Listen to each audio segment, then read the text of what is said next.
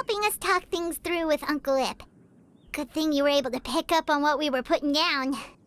I have been around the both of you for some time now.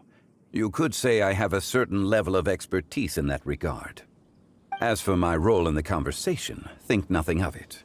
I hardly did anything noteworthy. You never change, do you? Why did you have us walk all this way? Paimon thought we just had to go far enough to be out of earshot. A friend approaches. Hello. Xiao! You're here too? I've been here the whole time?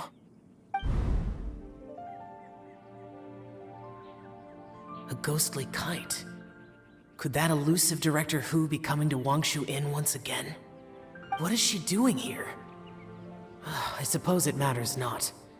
Given her relationship with Rex, well, Zhongli, I might as well go pay my respects.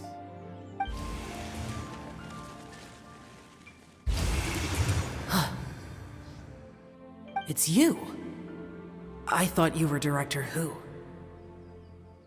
Ah, your arrival is most fortuitous. Do you want to try out this new gadget? The addition of the power source makes the takeoff more stable. It's just that... He seems quite immersed in the study of this device. I fear it's almost too stable.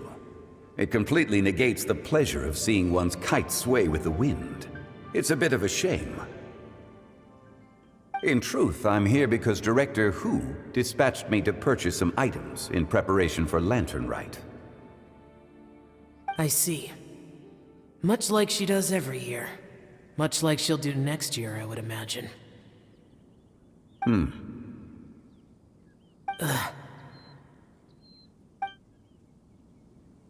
Am I wrong? Or has she once again sent you out to buy, what is it, sesame oil or something? While we're on the subject, I do wonder why she is so obsessed with using sesame oil in the preparation of mixed vegetable dishes for Lantern Rite. A recommendation from Xiangling, perhaps. What do you think, Xiao?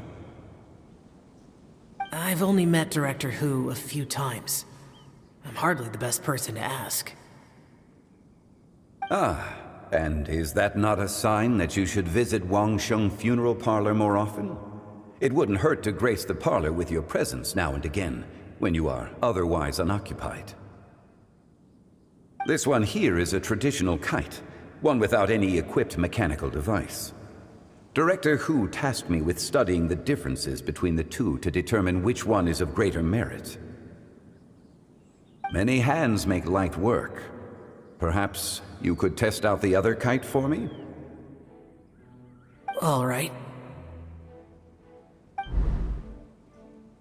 I have made my comparisons. If speed is what you're after, the mechanical kite is the better choice. Wonderful.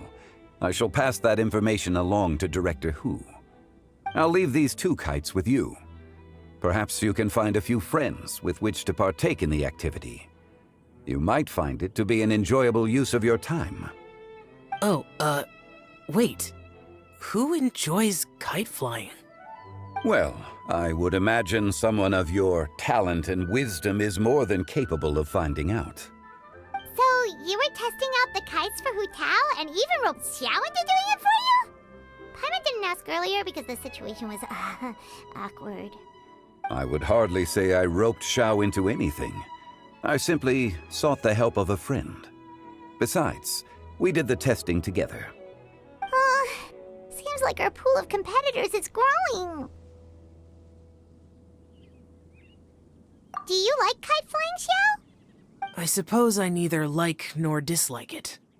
Although, watching a kite gradually ascend into the sky does bring me a certain peace of mind. Perhaps they're a bit like Xiao lanterns in that way. Kite flying is also a pleasant form of relaxation. Have you ever thought about making a kite, Xiao? Cloud Retainer taught us how. We can teach you if you want. There's no need. Menogias was the only Yaksha among us who had an interest in matters of ornamentation and design. When Lantern Rite is over, come find me near Pervasi's temple if you have the time.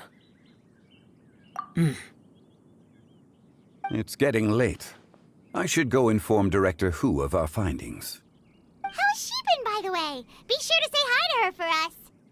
The last time I spoke to her, she mentioned that she would be visiting Chaoying Village in a few days.